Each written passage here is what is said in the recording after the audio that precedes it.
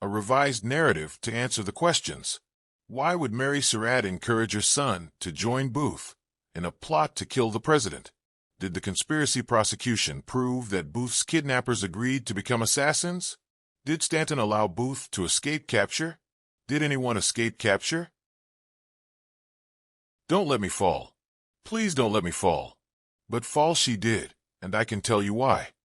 During the Lincoln conspiracy trial, Secretary of War Edwin Stanton's military prosecution alleged that John Wilkes Booth and his assassination accomplices originated from Mary Surratt's boarding house. Mary Surratt was executed for that crime without evidence and convicted solely on the testimony of two witnesses, John Lloyd and Louis Weichman, who were under the threat of being hanged themselves if they did not testify for the prosecution. Along with their perjured testimonies designed to frame Mary Surratt as a Confederate agent, the prosecution also realized that it was crucial to suppress any evidence that would prove Booth never had a plot to assassinate until the day he shot Lincoln. Booth's diary, Atzerott's lost confession, and Powell's deathbed confession to Reverend Gillett were each vital pieces of evidence that could dispel the myth that Booth's assassination plot was a long-premeditated conspiracy. For that reason, the military prosecution omitted those documents from the trial evidence and executed each man before they could talk.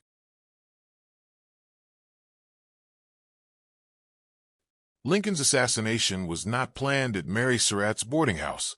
The assassination plot originated in the Simpson House Saloon, located at 10th Street and Pennsylvania Avenue, only 1 block from Ford's Theater. Daniel J. Cox and Joe Hilton managed the saloon, while Louis Mosby, nicknamed Colonel Mosby, worked as their bartender. A group of minstrel entertainers from New York would always gather at the Simpson House Saloon whenever they were in Washington. On the week of Lincoln's murder, the minstrels were performing at Washington's Canterbury Music Hall on 6th Street and Louisiana Avenue. George Atzerott's suppressed confession told of an earlier scheme by this same New York crowd, who had a plan to kill Lincoln using a bomb. Atzerott confessed that government employees, referred to as friends of the president, would help the New York music entertainers schedule a White House serenade, lure the president into a room, then detonate the bomb planted under the floor of the room. It is unknown whether they seriously considered the plan. Still, they did discuss it, and George Atzerodt overheard the conversations and mentioned it in his lost May 1st confession. The problem the War Department had with Atzerodt overhearing a plan to blow up the White House was that the assassins were New York minstrels, aided by well-known State Department employees, whom Atzerodt called friends of the president. The genuine assassination plan, which the New York entertainers successfully carried out, most likely was given to Booth by his trusted government insider, Secretary William Seward's aide, James Donaldson, during the early morning hours of the assassination day. Everyone in Washington, including Booth and his kidnapping conspirators, knew that James Donaldson was a State Department aide to William Seward.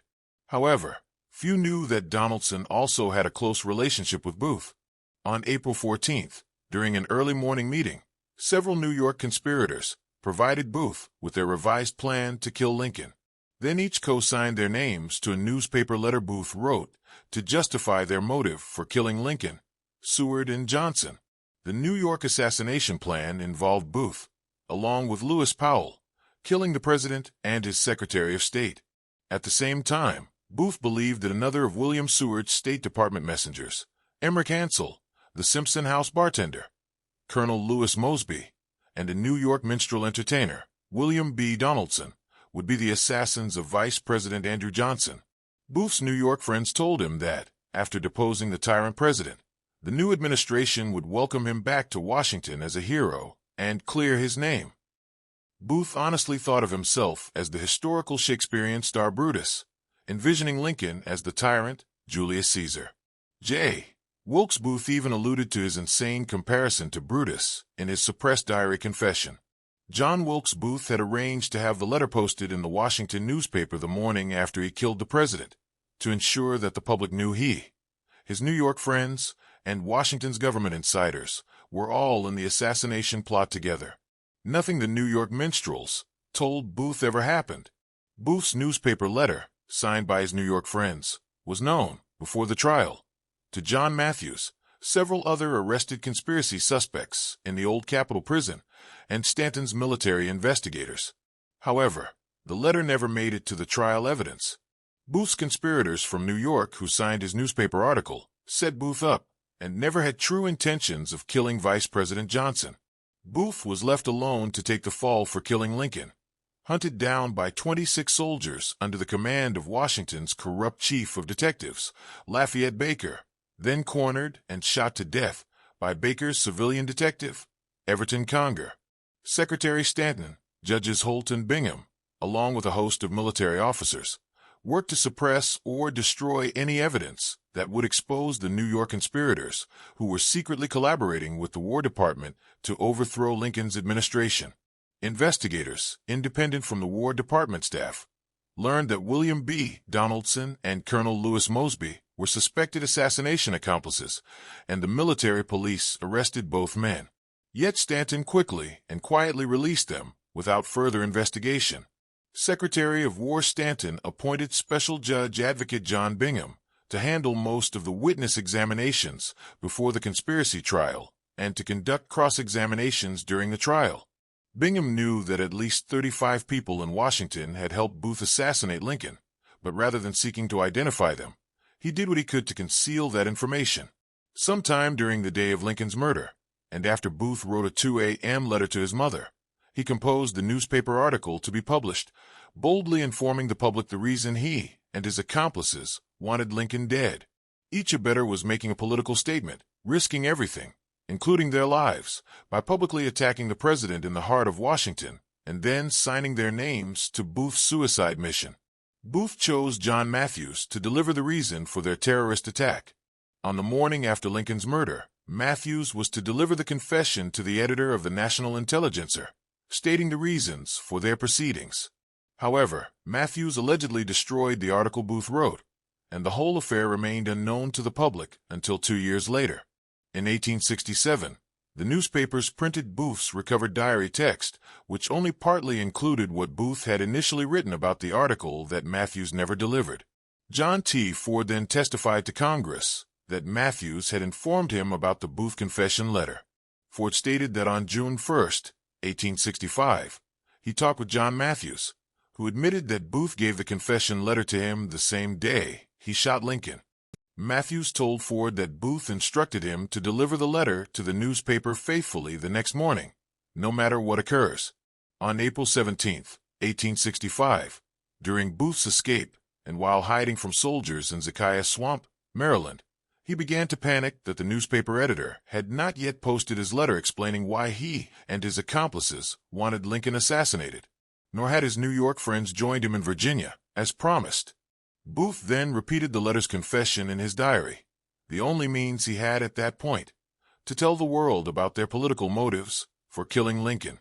Meanwhile, Stanton had initially accused Atzerodt of being Secretary Seward's attacker. However, to cover the release of W.B. Donaldson and Colonel Mosby, the military prosecution accused George Atzerodt of planning to kill Vice President Andrew Johnson and hanged him without decisive evidence or motive. Investigator Judge Bingham was one of the commissioners who voted to hang David Harold and George Atzerodt for being Confederate spies attempting to assassinate the vice president. Judges Bingham and Holt also withheld trial evidence that would prove Harold and Atzerodt never agreed, nor tried to kill anyone. 2 years later, Judge Bingham and Holt reversed their position and brought charges against President Johnson for being a Confederate spy. Congress asked Secretary Stanton, along with Judges Bingham and Holt, to explain why the prosecution suppressed Booth's diary. Their answer to Congress was that the diary was of no use as evidence against anyone but Booth, and he was dead. However, the diary confession would have shed light on the short decision to assassinate the president, which the conspiracy prosecution commissioners felt should never be known. There is little doubt about why Stanton and his judges desperately needed to conceal from the conspiracy trial evidence David Harold's statement, Atzerodt's confession, Booth's diary, and Powell's disclosure of how he learned about Seward's home, doctor, and medicine, as well as why each man had to be executed before they could talk. If anyone assumes this overview is just another baseless conspiracy theory, one must first explain why history has edited so many credible public documents that support this revised narrative. At the top of the list of edited documents is the 1977 FBI examination of Booth's diary confession. Before anyone can argue that Lincoln's assassination was not a government cover-up, one must account for the many alterations made to the pages of Booth's diary during the 2 years Booth's book was kept a secret in the home of Joseph Holt. For almost half a century, since 1977, the FBI document has been in the public domain. Yet American history ignores the fact that the exam proves the War Department altered Booth's diary after Booth's death and before Congress reviewed the book. John T. Ford also told Congress that John Mathews and William P. Wood were old friends. Wood then testified to Congress that Mathews was arrested and admitted that Mathews had Booth's newspaper letter while in the Old Capitol Prison. But Ford said Mathews was never a prisoner. Wood said that other inmates knew about the letter and he considered it as no secret. But without Booth's diary, the letter would never have been exposed. Why did the testimonies of both Wood and Mathews so significantly differ? The answer may not be as mysterious as other historians once assumed. According to the notes of Radical Congressman George Julian, on April 24, 1865, Stanton called a secret meeting, but not because he had Booth's diary, but because he had Booth's newspaper letter. Mathews got it from Booth, and Wood got the letter from Mathews, and Stanton got Booth's newspaper article from William P. Wood.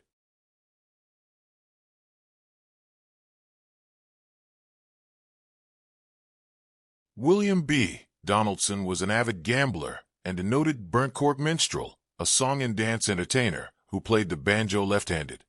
Donaldson is also credited as the first to sing the Boatman's Dance, which later became the impersonator of the now infamous Jim Crow minstrel character. William Donaldson was born in 1822 to Gertrude Van Every and James S. Donaldson, both of whom were from Poughkeepsie, New York. At 18, William began traveling with the circus throughout the United States and later toured Europe, performing his banjo act. In 1853, William Donaldson formed a new band, which played at Hope Chapel on Broadway in New York. He later joined Charlie White's Minstrel Company, performing at the Melodeon, 59 Bowery, New York, along with Dan Emmett, Lily Coleman, and Dan Bryant. Dan Emmett wrote the famous song Dixie. Lily Coleman, a former dancer, became part owner of the Ballard House Hotel in Richmond, Virginia, where she conducted Civil War espionage. Dan Bryant was such a close friend of John Wilkes Booth that he gave Booth the same diamond stickpin. Atzerodt overheard Booth tell Lewis Powell that he might give his stickpin to Secretary Seward's chambermaid. All these entertainers performed on the same circuit and had known Booth for a long time. George Atzerodt referred to them as the New York crowd. Moments before Booth shot Lincoln, neighbors around Ford's Theater heard suspicious, whistling signals back and forth between the streets. After the shot, witnesses reported people running and hearing the trampling of horses as they left the alley at the rear of the theater.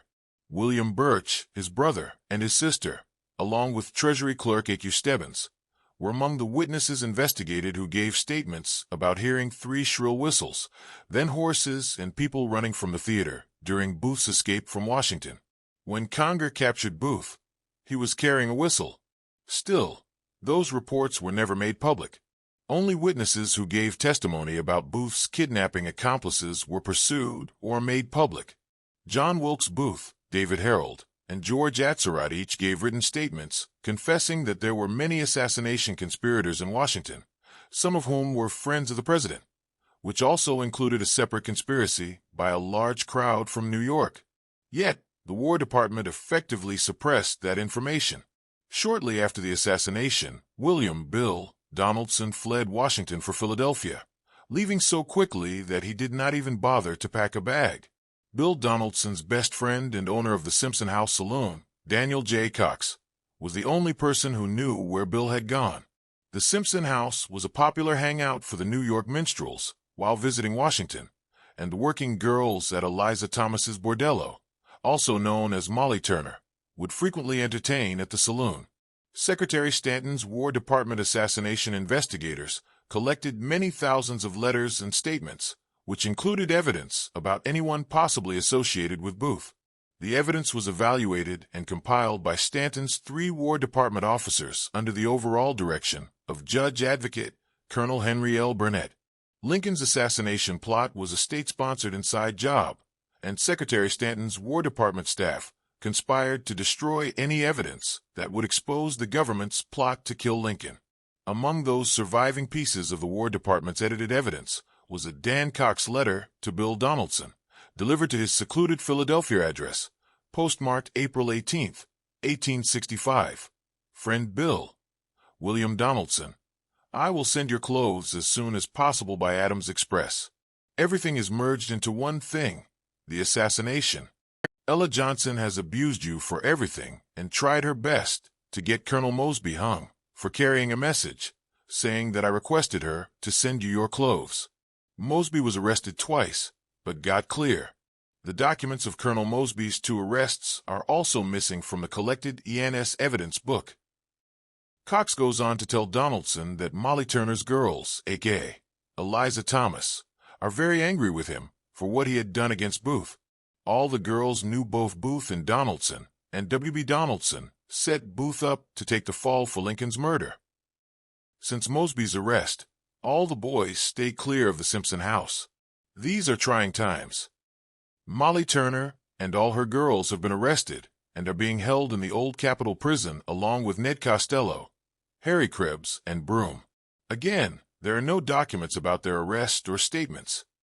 Cox sends his message to Donaldson, no news. Over the next couple of weeks, Bill Donaldson received more letters from Cox, along with 2 letters from Molly Turner's girls, Minnie and Ella Johnson. Only the very bottom portion of Minnie's letter to Donaldson survived the edits by the War Department investigators. Minnie's letter is now recorded in the archives, with the same envelope used for the second letter to Donaldson from Cox, an obvious War Department edit. And the letter from Ella Johnson, which revealed her anger and knowledge of the assassination plot, is no longer in the files.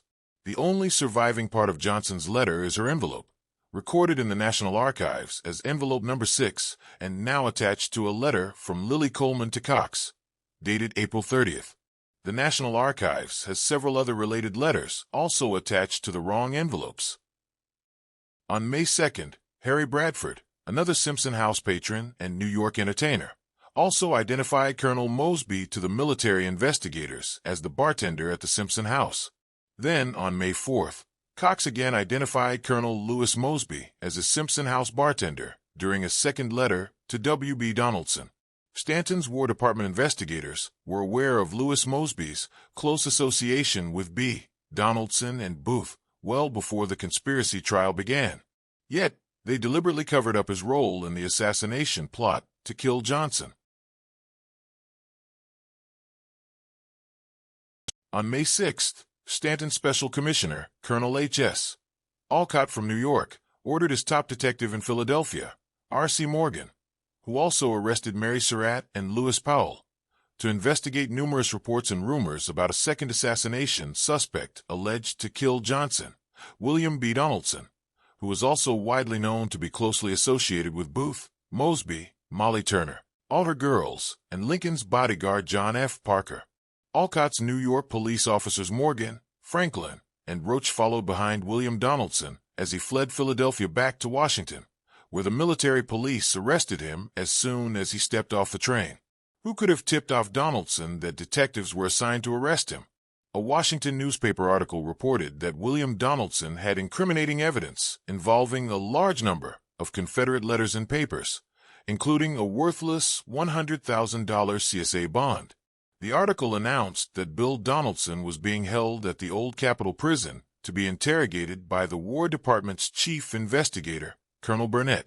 2 days later, Stanton ordered the release of William B. Donaldson without investigating or providing a reason for his discharge, despite the evidence collected against him. The War Department investigators withheld evidence about all of Booth's New York accomplices, and the military prosecution chose only witnesses who supported their fraudulent case against Booth's kidnapping gang members as also being Booth's assassination conspirators. Many people had reported to investigators about William B. Donaldson and Colonel Mosby's involvement with Booth. Yet the War Department tried to persuade that the man in Booth's conspiracy plot, called Mosby, was either Confederate Commander Colonel John Mosby or accused Lewis Powell of using the nickname of Mosby. The military prosecution claimed Lewis Powell was the man Samuel Arnold named as Mosby in his confession about the March 15th kidnapping meeting at Gautier's restaurant. However, a combination of recovered National Archives evidence strongly suggests that the Simpson House bartender, Lewis Mosby, was the man Arnold identified, and not Secretary Seward's attempted assassin, Lewis Powell. Lewis Powell used two different aliases, Lewis Payne, while in Baltimore, and James Wood, while in Washington, to hide his identity as a former Confederate soldier in Colonel John S. Mosby's regiment. Why then would Powell compromise his disguise by also wanting everyone to call him Mosby? George Atzerodt twice stated in his lost confession that Lewis Powell, alias James Wood, did not go on the street in the daytime for fear of being arrested. Before the assassination, Powell was well aware that the police could arrest him if spotted on the streets of Washington or Baltimore. The myth that Powell used the nickname Mosby is an obvious War Department lie to hide the true identity of the Simpson House bartender, Lewis Mosby, who actually went by the nickname Colonel Mosby.